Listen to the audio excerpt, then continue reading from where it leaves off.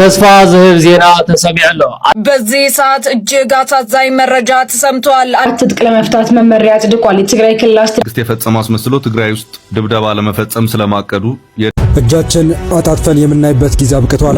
አምባሳደሩ ለህወሓት ከባድ ማስጠንቀቂያ ላኩ።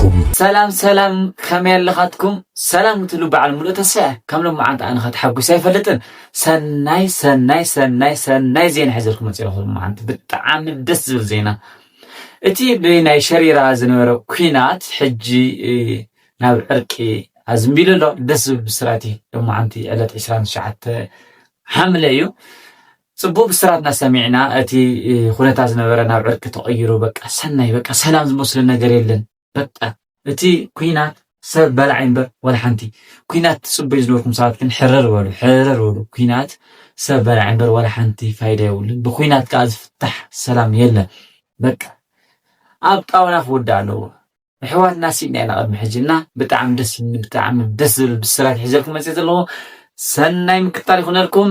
ኣቀዲምና ግን ነዚ ዩቲዩብ እዚ ሓድሽ ዝኮንኩም ሳብስክራይብ ምግባር ቤተሰብ ሆነናና ናብቲ ፈላማይ ቪድዮ እስክንኸይድ ኣብ ትግራይ ዝኒአ ብዕባላታት እስኪ ንስማዕ እዩ።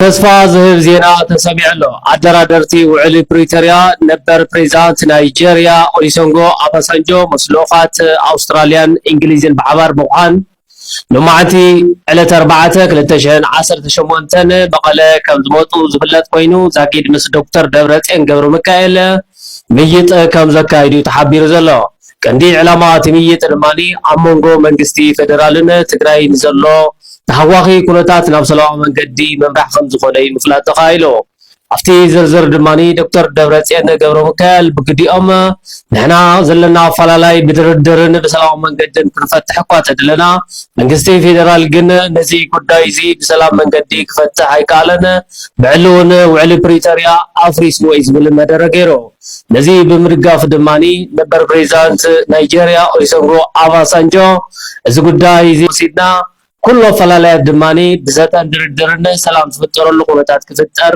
ዝብል ደግፎም ኣብርሂም እዮም። በዚህ ሰዓት እጅግ አሳዛኝ መረጃ ተሰምቷል። አልጀዚራ በሱዳን ሰቲት ወይንም በተከዜ ወንዝ ውስጥ የ15 የህወሓት ወታደሮች አስከሬን ተገኝቷል ብሏል።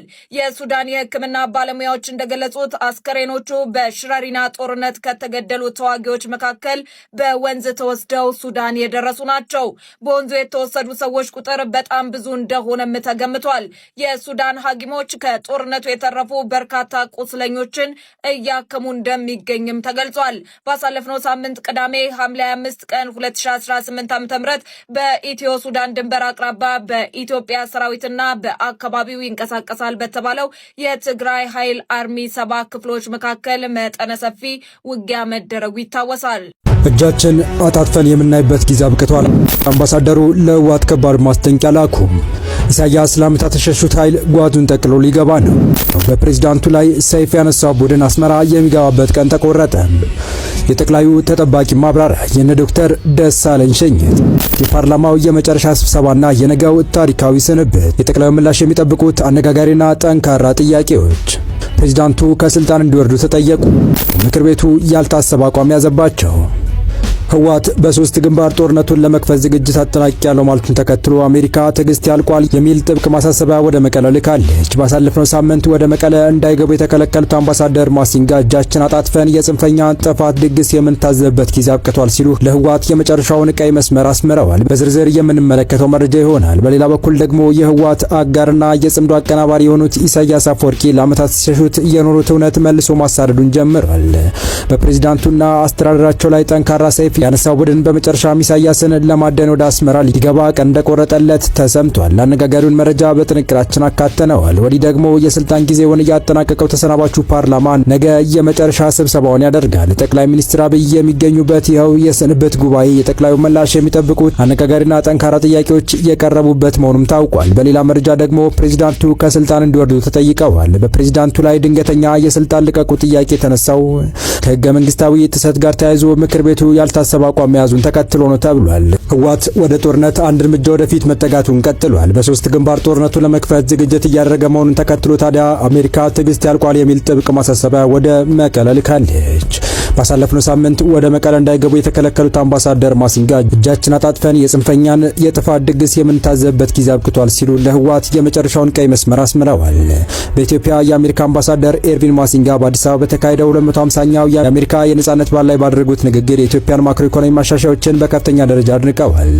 በተለይ መንግስት የውጭ ምንዛሪ ተመኑን በገበያ እንዲመራ ማድረጉንና በተለያዩ ዘርፎች የነጻ ገበያ አሰራር መተግበሩን የአሜሪካ መንግስት ከሚከተለው የንግድና የኢንቨስትመንት መርህ ጋር የሚጣጣም ነው ብለዋል። ከዚህም ባለፈ ከ1 ቢሊዮን ዶላር በላይ በጀት የተመደበለትን አዲስ የጤና ትብብር ስምምነት ጠቅሰው ኢትዮጵያ በጤናው ዘርፍ ራሷን እንድትችል የሚያስችላት መሆኑን አብራርተዋል። ይሁን እንጂ አምባሳደሩ ይህ ሁሉ የኢኮኖሚና የቴክኖሎጂ እድገት ያለ ሰላምና መረጋጋት እውን ሊሆን እንደማይችል ጠንከር ያለ ማሳሰቢያ ሰጥተዋል። የአፍሪካ ህብረትን ሚና ያደነቁት አምባሳደሩ ሁሉም ወገኖች የፕሪቶሪያውን የግጭት ማቆም ስምምነት ሙሉ በሙሉ እንዲያከብሩና ዓለም አቀፉ ማህበረሰብም ሰላምን ለማደፍረስ የሞክሩ ኃይሎችን ተጠያቂ እንዲያደርግ አሳስበዋል። በንግግራቸው ማጠቃለያም አሜሪካ የቀጠናው መረጋጋት ለሚያናጉ ኃይሎች እጇን አጣጥፋ እንደማትመለከትና ከኢትዮጵያ ጋር ያላትን ታሪካዊና ስትራቴጂካዊ አጋርነት አጠናክራ እንደምትቀጥል አረጋግጠዋል። አሁን በተሰማ መረጃ መሰረት ህወሓት ትጥቅ ለመፍታት መመሪያ አጽድቋል። የትግራይ ክልል አስተዳደር መሆኑን የገለጸው ህወሓት ታዲያ ስራ አስፈጻሚው ምክር ቤቱ በሁለት ዋና ዋና ጉዳዮች ላይ ውሳኔ ያሳልፏል። ከውሳኔዎቹ አንዱ ታዲያ ትጥቅ መፍታት ነው። በሰላማዊ መንገድ ወደ መደበኛ ህይወት ለመመለስ የሚያስችል መመሪያ አጽድቋል። ከመጋቢት 2017 ዓ.ም ጀምሮ አውቀውም ሆነ ተደልለው ከትግራይ መከታ ተቃራኒ ኃይሎች ጋር ታጥቀው የሚንቀሳቀሱ ተጋሩ ጥሪውን ተቀብለው በሰላማዊ መንገድ ወደ መደበኛ ህይወታቸው እንዲመለሱ ህልውናቸውንና ደህንነታቸውን አረጋግጠው በተለያየ የስራ መስክ እንዲሰማሩ የሚያስችል መመሪያም ጸድቋል።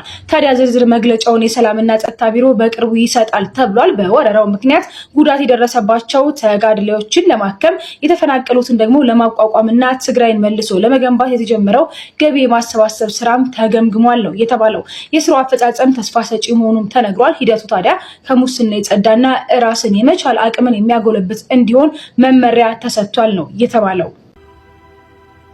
ህወሓት የፌዴራል መንግስት የፈጸመው አስመስሎ ትግራይ ውስጥ ድብደባ ለመፈጸም ስለማቀዱ የደህንነት መረጃ መለከተ። ዘሆርን ሪቪው ተመለከትኩት ባለው የደህንነት መረጃ የህዝብን ቁጣ ለማነሳሳት ባለ እቅድ የኤፈርት ድርጅቶችንና ማምረቻዎች ላይ ቡድኑ ቦምብ ሊጥል ማሰቡ ተሰምቷል። መረጃውን ከምንጩ ይዘናል። ህወሓት ወደ 4 ኪሎ ልገሰግስ ነው የሚል መግለጫን ባስነገረበት መቀሌ ልንገባ ነው የሚል ኃይል ብቅ ብሏል። እያሟሟቅን ነው ሲልም አስታውቋል። ተመልክተነዋል። ከኢትዮጵያ ጋር በተያያዘ ግብጽ ከባድ ስጋት ውስጥ ወድቃለች።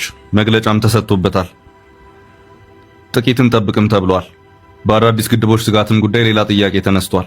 ጥንቅራችን በዕለቱ ከተመለከታቸው መረጃዎች መካከል ነው። የትራምፕ አስተዳደር በአፍሪካ ቀንድ ጉዳይ ላይ ያለውን ይፋ አቋም የሚገልጽ አዲስ መልእክት ሰዷል። በኢትዮ ኤርትራ እንዲሁም ግብጽ ጉዳይ ከአሜሪካ በኩል በቀናት ልዩነት ለሁለተኛ ጊዜ ጥብቅ ማሳሰቢያ ተሰጥቷል። መረጃውን ይዘነዋል። ዓለም አቀፉ ተቋም በፌዴራል መንግስቱና በህወሓት መካከል ባለው ከፍተኛ ውጥረት ላይ አስቸኳይ ማስጠንቀቂያ ሰጥቷል። ሁለቱም ወገኖች የኃይል አማራጭን በመተው ልዩነቶቻቸውን በሰላማዊ ሰፊና ራስን በቻለ የፖለቲካ ውይይት መድረክ ላይ ብቻ እንዲፈቱ በጥብቅ ተጠይቋል። ይዘነዋል። ትራምፕ ጭንቁስ ገብተዋል። ኢራን የሆርሙዝ ወሽመጥን ዳግም በዘጋችበት ሁኔታ የአሜሪካ ሚሳኤሎች ተተኩሰው ተሟጠዋል ተብሏል። ጥንቅራችን ከዚሁ ጋር በተያያዘ ዕለቱን አነጋጋሪ መረጃ ተመልክቶታል። እስከ ፍጻሜ አብራችሁን ቆዩ።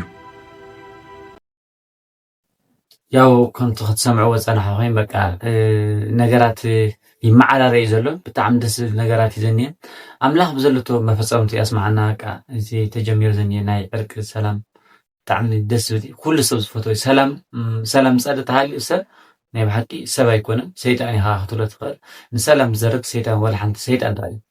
ካብ ሰይጣን ወፃኢ ንሰላም ዝዘርግ ሰብ የለን። ንሰላም ዝቆዋም ሰብ እንድሕር ተሃልዩ ክገርመና ኮይኑ ኣብዚ ዓለም ዙሮ ግን እቲ ሰላም ተጀሚሩ ዝኒአ ኣምላኽ የፍፅመና እና ናይ ሎሚ ዓንቲ ትሕዝቶይ እዚ ይመስል ነይሩ። ኣብ ቀፃላይ ግን ክሳብ ንራኸብ ሰናይ ቅነ ግን ሰብስክራይብ እናገበርኩም ሓሳብ ርእይቶ እንተለኩም ኣብ ኮሜንቲ ፀሓፉልና። ሰናይ ግዜ